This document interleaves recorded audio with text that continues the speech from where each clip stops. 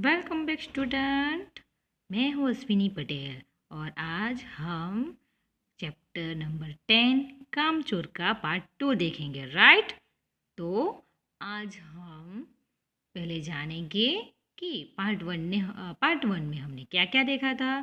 तो यह जो स्टोरी है एक कामचोर बच्चे की है। राइट। तो उसमें क्या होता है कि ये जो बच्चे हैं उन्होंने कभी भी कोई भी कार्य नहीं किया होता है।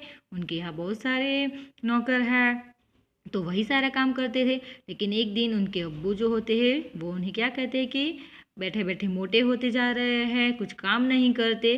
तो इसलिए उन लोगों को फिर काम सौंपा गया और उनके बदले में उन्हें क्या दी जाने वाली थी, तनख्वाह भी यानी कि पगार भी मिले जाने वाले थे। तो इसलिए सभी बच्चे क्या करने लग जाते हैं, काम में सब एक साथ जुड़ जाते हैं और उसका क्या नतीजा होता है वो तो हमने देखा ही है। और आगे देखते हैं कि और कौन कौन से काम में वो लोग क्या क्या कर रहे हैं। अब उन्हें लास्ट टाइम कौन सा काम हमने देखा था कि मुर्गियों को अपने घर में रखने का काम। तो अब देखते हैं कि मुर्गियाँ क्या क्या कर रही है, किस प्रकार बच्चे उससे कर रहे हैं। देखते हैं। एक मुर्गी दाल की पतीले में छपाक मारकर भागी और सीधे जाकर मोरी में इस तेजी से फिसली कि सारी कीचड़ मौसी जी के मुंह पर पड़ी, जो बैठे हुए हाथ मुंह धो रहे थे। इधर सारी मुर्गियां बैन केल का उठ बनाकर चारों तरफ दौड़ रही थी। क्या होता है कि एक जो मुर्गी होती है जो जोर से छपाक मारती है और क्या होता है ये सब कीचड़ उड़ता है। और वो कीचड़ किस पर उड़ता है, मौसी जी होती है वो मुंह धो रही होती है तो उन पर सब ये जो कीचड़ है वो उड़ता है। और और दूसरी सारी मुर्गियाँ क्या कर रही थी, बैनकेल।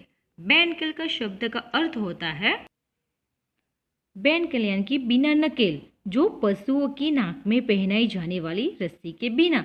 जो पशुओं के नाक में हम देखते हैं कि अगर गांव में देखते हैं कि जो लोग पशु पालन करते हैं तो जिनके यहाँ पर गाय भैंसिया होती है तो वो हम जानते हैं कि नाक में एक रस्सी उनके डाल दी जाती है तो उसे क्या कहते हैं, बैंड केयर। तो यह जो सारी थी वो सब मुर्गियाँ क्या कर रही थी, यही पेंकल का ऊँट बनी चारों तरफ दौड़ रही थी। एक भी डब्बे में जाने को राजी न थी। डब्बे यानी कि मुर्गियों का रहने का स्थान। इधर किसी को सूझी कि जो भेड़ें आई हुई है लगे हाथ उन्हें भी दाना खिला दिया जाए। अब एक लड़के को क्या सोचता है कि ये जो भेड़ें यानी कि भैंसें आई जो है, भेड़ें जो भैंस की तरह जो होते हैं वो आई थी तो उन्हें भी लगे हाथ दाना खिला दिया जाए। दिन भर की भूखी भेड़ें दाने का शुभ देखकर जो सबकी सब झपटी झपटी तो भागकर जाना कठिन हो गया। लष्टम पष्टम तख्तों पर चढ़ गई पर भेड़ चाल मशहूर है। उनकी नज़र तो बस दाने के सुख पर जमी हुई थी।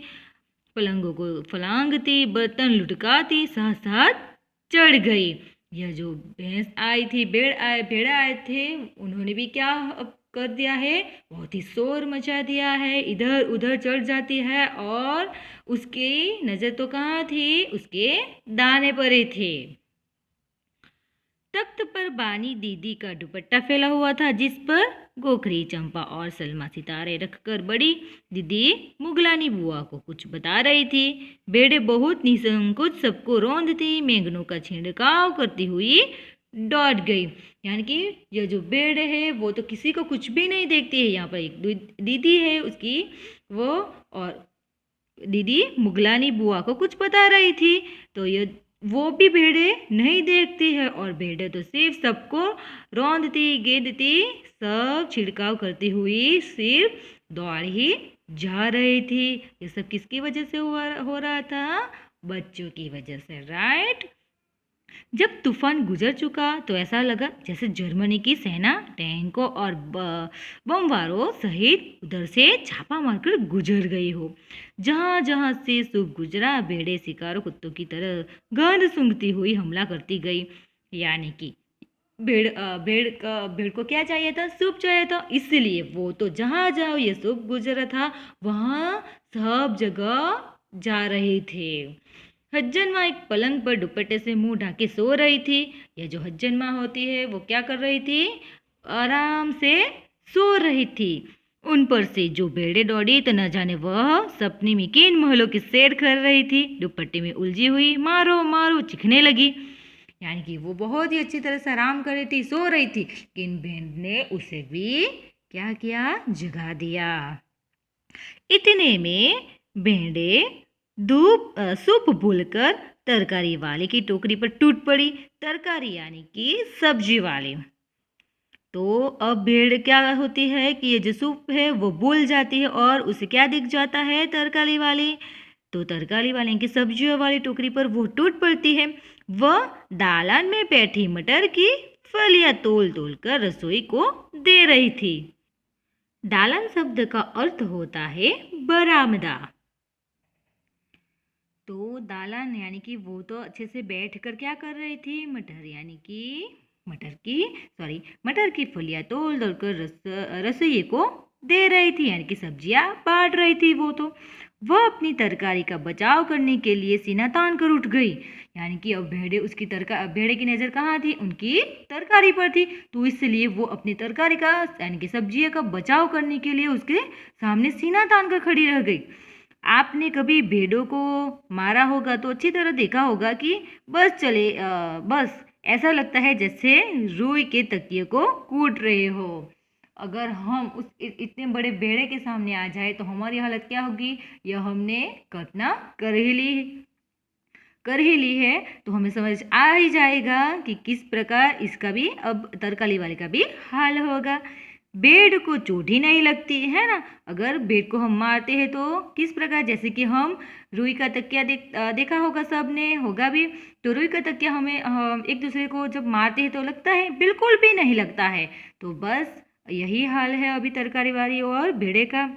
बिल्कुल यह समझकर कि आप उससे मजाक कर रहे हैं, वो आप ही पर चढ़ बैठेंगी। जरा सी देर में भेड़ों ने तरकारी छिलकों को समेत अपने पेट की काड़ी में झोंक दी। तो अब क्या होता है कि ये जो भेड़ें होती है वो सब्जियां खा जाती है। Page number 55। इधर यह प्रलय मची थी, उधर दूसरे बच्चे की लापरवाही नहीं थी। इतनी बड़ी फौज थी जिसे रात का खाना न मिलने की धमकी मिल चुकी थी। वे 4 भैंसों का दूध दूहने पर जुट गए। दूसरा किस्सा स्टार्ट होता है कि सबको यही चिंता थी कि रात को खाना नहीं मिलेगा अगर कुछ ना काम किया तो इसलिए अब वो क्या करते हैं कि ये जो भैंसें रहती है उसका दूध दोहने के लिए सब मिल जाते हैं, जुट जाते हैं, लग जाते हैं। धूली बेधूली बाल्टी लेकर 8 हाथ 4 थनों पर पेल पड़े। यहाँ पर आप देख सकते हैं कि भेड़ ने फिर उसका क्या हाल किया है। यहाँ पर आप देख सकते हैं यह जो है वो थन है, राइट। भैंस का इसे थन कहा जाता है, यानी कि आंचल। तो यह जो बच्चे हैं, थन कितने हैं? 4 है और हाथ कितने हैं? 8। तो भैंस एकदम जैसे चारों पैर जोड़कर उठी और बाल्टी को लात मारकर दूर जा खड़ी हुई। अगर इस प्रकार से उन्हें दूध दोहला जाएगा तो फिर इसका हालत तो ऐसा ही होने वाला था। तो इसलिए भेड़ अचानक चौंक जाती है और क्या करती है? जो बाल्टी होती है उसे लात मार देती है। तय हुआ कि भैंस की अगाड़ी पिछाड़ी बांध दी जाएगी। अगाड़ी पिछाड़ी यानी कि आगे का पार्ट और पीछे का पार्ट दोनों बांध दिया जाएगा और फिर काबू में लाकर दूध दूह लिया जाए। बस झूले की रस्सी उतारकर भैंस के पैर बांध दिए गए। क्या होता है? अब बच्चों ने क्या सोचा कि जो भैंस है उसके अगला और पिछला दोनों भाग जो है वो रस्सी से बांध लिया जाएगा और फिर दूध दूह लेगा, राइट। तो रस्सी कहाँ से ले आते हैं? झूले की रस्सी ही उन्होंने उतार ली और भैंस के पैर बांधने लगे। पिछले 2 पैर चाचा जी की चारपाई के पायों से बांध अगले 2 पैर को बांधने की कोशिश जारी थी कि भैंस चौकन्नी हो गई। पिछले जो 2 पैर थे वो किससे बांधी गई? चाचा जी की जो चारपाई यानी कि पलंग है उससे, उसके पायों से बांधी गई। और अगली जो दो थी उसकी बांधने वाले थे कि अब भैंसे चौकन्नी हो गई, चौकन्नी हो जाती है, राइट। छूटकर जो भागे तो पहले चाचा जी समझे कि शायद कोई सपना देख रहे, फिर जब चारपाई के ड्रम से टकराई और पानी छलक कर गिरा तो समझे कि आंधी तूफान में फंसे हैं। क्या होता है, ये जो भैंस होती है आप देख सकते हैं कि किस प्रकार से इधर उधर जा रही है और सबकी हालत कैसी कर दी है उन्होंने। तो भैंस तो अब छूट गई है और फिर कहाँ जाती है, जैसे कि चाचा जी के यहाँ। चाचा जी सो रहे हैं, लेकिन चाचा जी सबसे पहले ऐसा लगा कि जैसे कि सपना देख रहे हो। बाद में पता चलता है कि यहाँ तो आंधी तूफान आ गई है, साथ में भूचाल भी आया हुआ है। फिर जल्द ही उन्हें असली बात का पता चल गया और वह पलंग की दोनों पट्टियां पकड़े बच्चों को छोड़ देने वालों को बुरा भला सुनाने लगे। यानी कि बच्चों ने यह सब किया था तो उन्हें अब वो बुरा भला कहने लग जाते हैं कि यहाँ बड़ा मजा आ रहा था। भैंस भागी जा रही थी और पीछे पीछे चारपाई और उस पर बैठे थे चाचा जी। अब जो चाचा जी जो सोए हुए हैं चारपाई पर, उसी से भैंस को बांधा गया था। और क्या होता है कि भैंस तो भाग चली थी, तो इसलिए क्या होता है कि भैंस भागी जा रही थी तो उसके पीछे चारपाई और उस पर बैठे हुए थे चाचा जी। चाचा जी भी इस राहत में जा रहे थे। कल्पना कीजिए इसी दृश्य का, बहुत मजा ले रहे थे बच्चे तो। आप भी मजा लीजिए। ओहो, एक भूल ही हो गई, यानी कि बछड़ा तो खोला ही नहीं, इसलिए तत्काल बछड़ा भी खोल दिया गया। यानी कि भैंस का जो बछड़ा है उसे तो खोला ही नहीं था। तो अब बच्चे क्या करते हैं, उस बछड़े को भी छोड़ देते हैं। तीर निशानी पर बैठा और बछड़े की ममता में व्याकुल होकर भैंस ने अपने खुरों को ब्रेक लगा दी। बछड़ा तत्काल जुट गया। क्या होता है कि अपना जो बछड़ा देखकर अब जो भैंस थी वो थम जाती है, रुक जाती है। और फिर क्या होता है, दूहने वाला गिलास कटोरे लेकर लपके, क्योंकि बाल्टी के छपाक से गोबर में जा गिरी थी। बछड़ा फिर बागी हो गया। अब जो बछड़ा होता है वो अपनी माँ के यानी कि भैंस के दूध पीने लगा था और बच्चे भी थे, क्या करने लगे थे, बाल्टी तो भैंस ने लात मारकर गोबर में गिरा दी थी, तो इसलिए जिसको जो मिला गिलास कोटारा सब लेकर वो भी अब फिर से दूध दोहने लग गए थे। कुछ दूध जमीन पर और कपड़ों पर गिरा, दो चार धारे गिलास कटोरे पर भी पड़ गई, बाकी बछड़ा पी गया। यह सब कुछ मिनट के 3/4 में ही हो गया। यानी कि कुछ जो दूध दोहता है तो कुछ जमीन पर गिरता है, कुछ ही बूंदे कटोरे में गिरती है, और बाकी का जो दूध था वो कौन पी जाता है, बछड़ा पी जाता है। घर में तूफान उठ खड़ा हुआ। ऐसा लगा था जैसे सारे घर में मुर्गियाँ, भेड़े, टूटे हुए तसले, बाल्टियाँ, लोटे, कटोरे और बच्चे थे। तो यही सब हो रहा था। बच्चे बाहर किए गए, मुर्गियाँ बाग में हकाई गई, मातम सा मनाती तरकारी वाली के आंसू पोंछे गए और अम्मा आगरा जाने के लिए सामान बांधने लगी। क्या होता है, बच्चे की वजह से सब क्या हो गया था, मुर्गियाँ, भेड़े, टूटे हुए तसले, बाल्टियाँ इधर उधर सब हो गया था।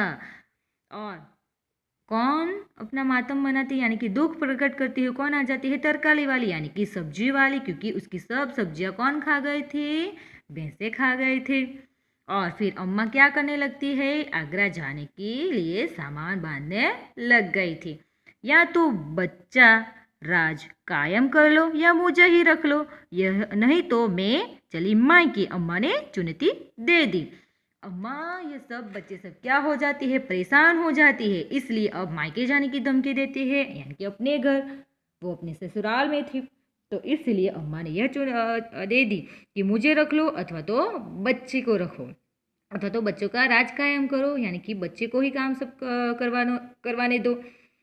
क्या होता है अब, और अब्बा ने सबको कतार में खड़ा करके पूरे बटालियन का कोर्ट मार्शल कर दिया।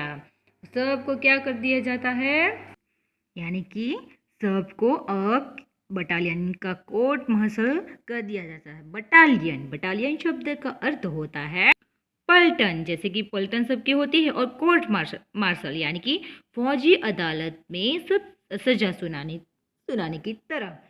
जिस प्रकार कोर्ट में सजा सुनाते हैं ना, तो उसी प्रकार अब सब बच्चे को भी इस प्रकार खड़ा कर दिया गया है। अगर किसी बच्चे ने घर की किसी चीज को हाथ लगाया ब तो बस रात का खाना बंद हो जाएगा।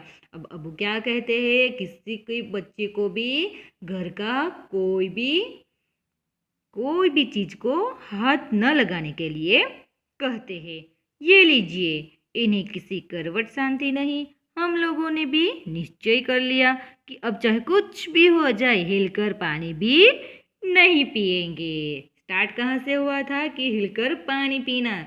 सब बच्चे हिलकर पानी पी रहे थे। अब सब ने निश्चय कर लिया, तय कर लिया कि अब तो वो कुछ भी नहीं टच करेंगे, कुछ भी नहीं पकड़ेंगे, अब हिलकर पानी भी नहीं पिएंगे। तो इस प्रकार से यहाँ पर यह जो स्टोरी होती है वो फिनिश होती है। I hope you are all understand. Okay, और यह जो पूरा वीडियो है आपको देखना है, और वीडियो देखने के बाद मैं जो आपको गूगल फॉर्म भेज रही हूँ वो आपको अटेंड कंपलसरी करना है, तभी आपको मुझे अटेंडेंस लेनी, you know very well. Okay, तो कंपलसरी गूगल फॉर्म अटेंड करना है, और नेक्स्ट वीडियो में हम इसके क्वेश्चन आंसर देखेंगे।